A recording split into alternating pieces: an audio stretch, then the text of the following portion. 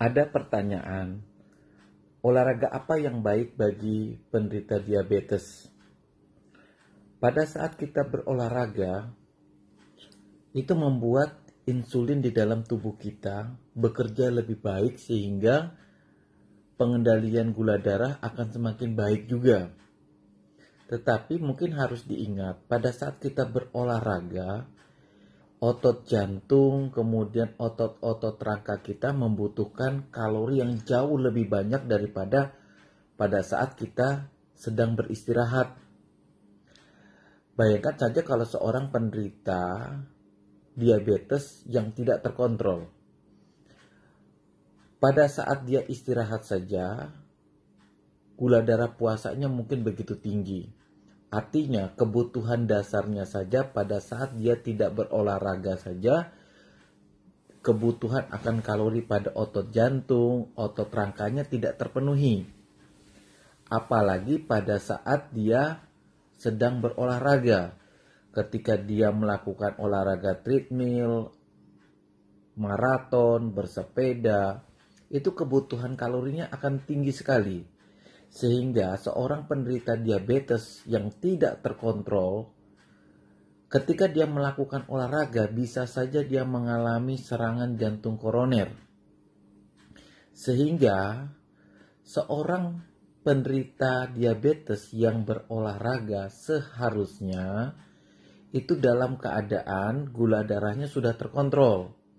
Artinya gini, kalau seorang penderita diabetes itu mau melakukan olahraga, terutama olahraga yang bersifat aerobik seperti misalnya jogging, kemudian bersepeda, berenang, yang membutuhkan nilai kalori yang tinggi, sebaiknya memang dalam keadaan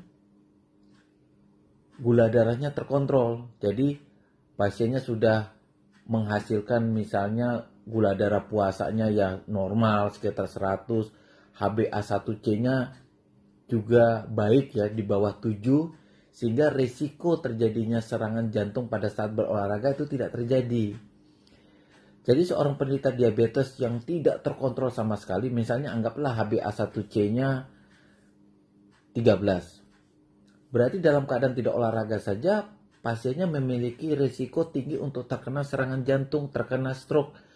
Apalagi pada saat dia berolahraga di mana kebutuhan kalorinya tinggi.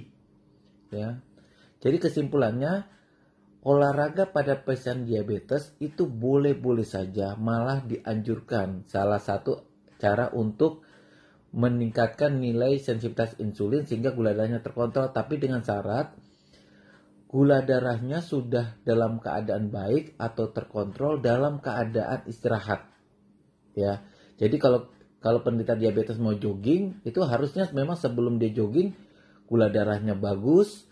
Kemudian pengendalian gula darah selama ini memang sukses ya, membuat gula darah HbA1c-nya berhasil, atau berhasil dalam arti HbA1c-nya di bawah 7. Ada pertanyaan lagi, Dok, apa sih arti istilah ginjal bocor pada penderita diabetes? Nah, kalau seorang penderita diabetes sekian lama, biasanya kita harus sering bilang,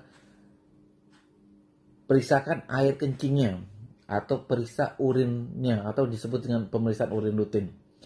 Ketika kita temukan adanya albumin urin atau protein urin pada air kencing, itu menandakan adanya kebocoran pada ginjal.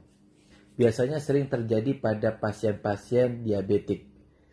Dengan ditemukannya protein pada air kencing, itu menandakan bahwa telah terjadi proses kerusakan pada ginjal. Walaupun mungkin kerusakan secara laboratorium seperti kreatinin darah itu belum terjadi peningkatan. Sehingga biasanya kalau terjadi kerusakan ginjal melalui hanya dengan pemeriksaan urin, itu masih bisa reversible, masih bisa kembali. Dan adanya tanda daripada kebocoran ginjal ini, harusnya pengobatan gulanya lebih agresif, lebih pengendalian gula darahnya lebih baik. Pokoknya kriteria daripada gula darah terkontrol harus tercapai. Kemudian biasanya kita memberikan obat-obat golongan ACE atau inhibitor, seperti misalnya kalau di puskesmas ada captopril, atau kalau di rumah sakit ada golongan kadesartan, valsartan untuk mengurangi proteinuria pada pasien-pasien diabetes. Arti tinggi rendahnya gula darah pada penderita diabetes apa sih, Dok? Ini ada pertanyaan berikutnya seperti itu. Jadi nilai gula darah yang tinggi itu sebenarnya merupakan simbol ya, bahwa kalau gula darah kita tinggi, misalnya saja gini, ada pasien yang gula darah puasanya 300, 400. Itu artinya kebutuhan dasar daripada organ tubuhnya seperti otak, jantung, ginjal, dan semuanya itu tidak terpenuhi kebutuhan kalorinya. Nah, kalau gula darahnya normal, itu artinya kebutuhan otaknya dan semua organ tubuhnya akan kalori terpenuhi. Sehingga sebenarnya gula darah yang normal itu adalah simbol kecukupan daripada kalori pada pasien-pasien diabetes. Kalau gula darah rendah itu artinya obat yang kita berikan itu melebihi daripada kebutuhan yang sebenarnya. Itu juga berbahaya ya. Jadi kalau gula darah kita turun di bawah 70,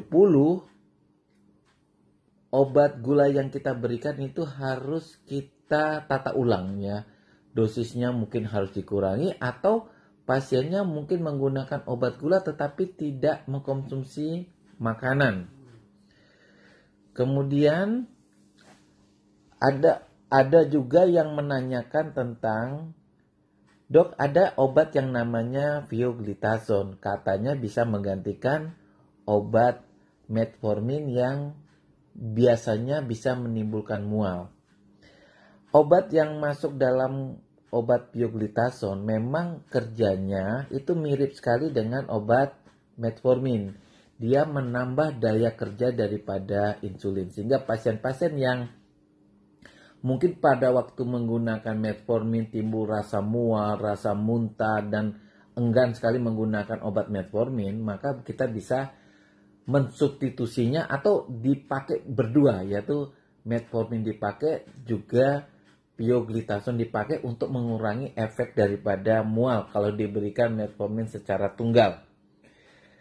Kemudian ada lagi pertanyaan, Dok, ini ada pasien kalau dia mengalami depresi, itu gula darahnya tinggi. Kenapa? Nah, sebenarnya pasien-pasien diabetes itu sebenarnya bisa juga mengakibatkan orang mengalami depresi. Jadi kalau orang diabetes sudah tahu misalnya penyakitnya tidak bisa sembuh, lalu timbul komplikasi berupa nyeri kaki yang tidak tertahankan dan terus-menerus dia rasakan, itu tentu bisa menimbulkan rasa tidak enak pada pasien, rasa kecewa, dan akhirnya menimbulkan gangguan depresi. Depresi sendiri itu akan membuat pasiennya biasanya enggan untuk berobat diabetesnya. Kemudian depresi sendiri akan membuat peningkatan daripada gula darah. Sehingga memang pada saat orang mengalami depresi, mau depresi karena komplikasi diabetes berupa neuropati, terkena TBC, terkena gagal ginjal, itu menimbulkan depresi, sehingga kebutuhan akan kalori itu makin meningkat. Kemudian ada juga yang pertanyaannya begini, Dok, apa yang disebut dengan pradiabetik? Nah, pradiabetik ini adalah orang yang status gulanya berada di antara orang normal dengan orang diabetes. Jadi ada orang normal, ada juga orang yang sudah masuk kategori diabetes. Nah, di antaranya inilah yang disebut dengan pradiabetik. Nah, pradiabetik ciri-cirinya biasanya begini. Pemeriksaan gula darah puasa kita itu berada di antara 100 sampai 120. Atau pemeriksaan HbA1c-nya antara 5,7 sampai 6,4. Nah, Pemeriksaan inilah yang membuat orang masuk dalam kategori pradiabetik. Nah, pada saat pradiabetik ini yang di dalam tubuhnya terjadi begini. Jumlah insulin dalam tubuhnya itu begitu tinggi, tetapi insulinnya tidak mampu memasukkan gula darah ke dalam sel. Akibatnya gula darahnya tinggi, tapi pasien ini jika pengobatannya cukup baik, dia bisa kembali kepada status orang normal. Obatnya padahal cukup sederhana, cuma menggunakan metformin dosis dengan 2x1 atau 3x1 selama beberapa bulan, kemudian nanti dicek lagi. Kemudian ada lagi pertanyaan soal apakah kalau saya memilih insulin berat badan saya akan bertambah. Nah, memang insulin itu sebagian besar orang kalau menggunakannya bisa menimbulkan efek penambahan berat badan. Terutama kalau kita memakai insulin yang basal sama insulin yang prandial atau insulin makan ya. Karena ketika kita makan, maka insulin itu akan mengubah kalori dari makanan itu menjadi glikogen hati sehingga menemukan efek daripada penambahan daripada berat badan. Sehingga kalau kita misalnya khawatir dengan penambahan berat badan tetapi harus memakai insulin, mungkin penggunaan insulin prandial itu cukup dikurangi dengan mengurangi porsi makan. Ada pertanyaan yang mungkin sering juga jadi pertanyaan, dok saya tidak mau menggunakan obat gula karena bisa merusak ginjal. Obat gula yang masuk dalam obat gula itu tidak ada satupun obat yang bisa membuat ginjal kita rusak.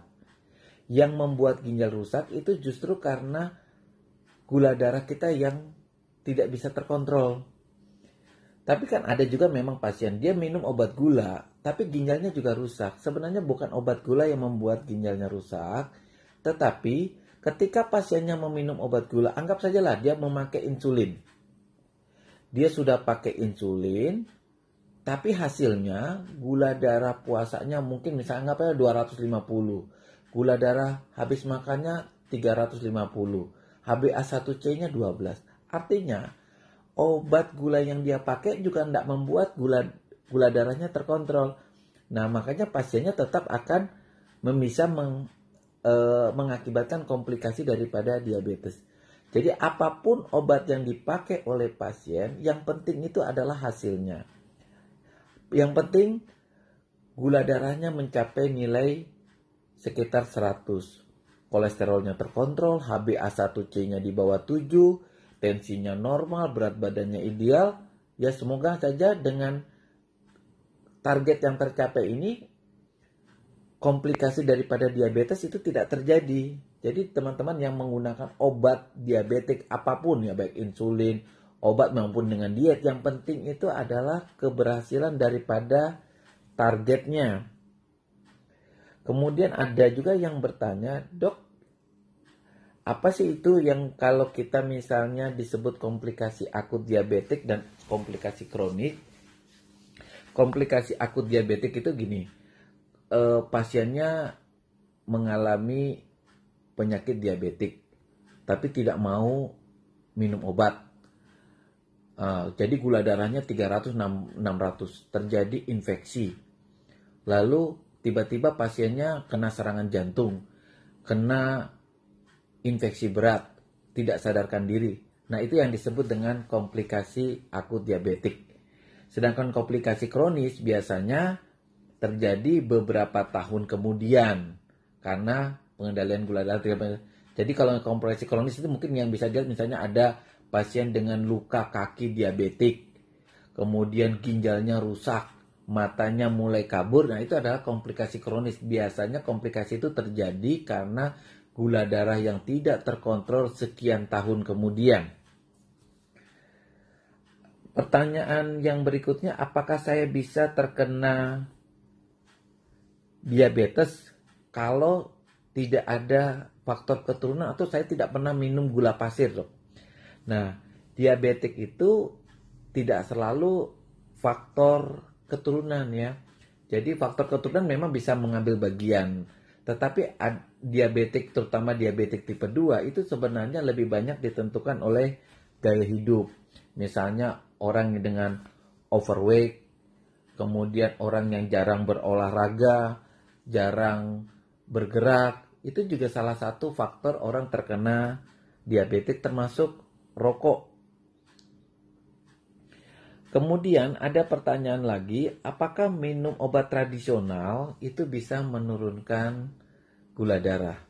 Ini dokter kan tidak tahu apa pengobatan tradisional isinya apa, tapi dokter punya pengalaman begini. Ada pasien diabetik sudah memakai obat diabetik berupa insulin, gula darahnya bagus. Ya, gula darah bagus, kemudian dia berhenti minum obat gula, lalu memakai obat gula tradisional yang dipercaya bisa menurunkan gula darah. Sebulan kemudian pasiennya masuk ke rumah sakit karena gula darahnya tinggi dan timbullah komplikasi jantung. Nah, di sini kalau menurut pendapat dokter sih, kalau misalnya sudah memakai obat dari dokter, gula darahnya sudah bagus, sudah terkontrol, keadaannya baik, sebaiknya nggak usah diganti dengan pengobatan tradisional. Apakah memakai insulin membuat ketergantungan? Ini juga ada pertanyaan dari salah satu pasien saya yang menanyakan takut ketergantungan pakai insulin. Sebenarnya boleh dikatakan gini, orang yang tidak diabetes pun sebenarnya di dalam tubuhnya itu memproduksi insulin. Jadi insulin itu sebenarnya bukan kategori obat lah, bisa dikatakan kategori hormon. Di dalam tubuhnya si pasien, di dalam tubuh orang normal pun menghasilkan insulin. Pemberian insulin kita itu hanya substitusi mengganti kekurangan insulin yang sudah mulai menurun di dalam tubuhnya. Jadi bukan ketergantungan, sebenarnya lebih pas dikatakan itu kebutuhan. Jadi kebutuhan tubuh kita akan kalori itu bisa dipenuhi dengan pemberian daripada insulin. Pertanyaan terakhir untuk topik kali ini adalah seberapa penting sih nilai HbA1c? Jadi nilai HbA1c bisa dijadikan patokan daripada keberhasilan pengobatan gula darah kita selama 3 bulan terakhir. Kalau HbA1c kita 7, artinya pengobatan diabetes kita berhasil. Pengobatan kita perlu dilanjutkan. Kalau nilainya di atas itu, di atas 7, berarti pengobatan diabetes kita perlu diubah. Jika HbA1c kita tinggi sekali, misalnya 12, 13, berarti kita memiliki resiko besar untuk terkena komplikasi. Bisa terkena serangan jantung, bisa terkena stroke, bisa terkena infeksi yang berat. Sehingga HbA1c itu harus segera diturunkan agar risikonya berkurang. Tetapi kalau kita mau menurunkan, kita nggak perlu mengukur HbA1c setiap hari atau setiap minggu, nggak perlu. Tetapi kita ukur itu setiap 3 bulan 1 kali setelah kita mengubah tata cara kita mengobati diabetes. Rekan-rekan, cukup sekian topik kita tentang diabetes ya dan permasalahannya. Yang sebelumnya kita telah membicarakan tentang diabetes dan permasalahan di bagian pertama. Ini bagian kedua. Mungkin kita akan membahas lagi di bagian ketiga ketika memang ada pertanyaan-pertanyaan dari teman-teman tentang diabetes. Jadi teman-teman yang punya pertanyaan tentang diabetes, tolong menulis komentar di kolom komentar. Nanti akan dokter kumpulkan, lalu akan dokter bahas di diabetik dan permasalahannya bagian 3. Jangan lupa teman-teman untuk subscribe bagi yang belum subscribe, like, dan berikan komentar. Sebelumnya saya ucapkan banyak terima kasih.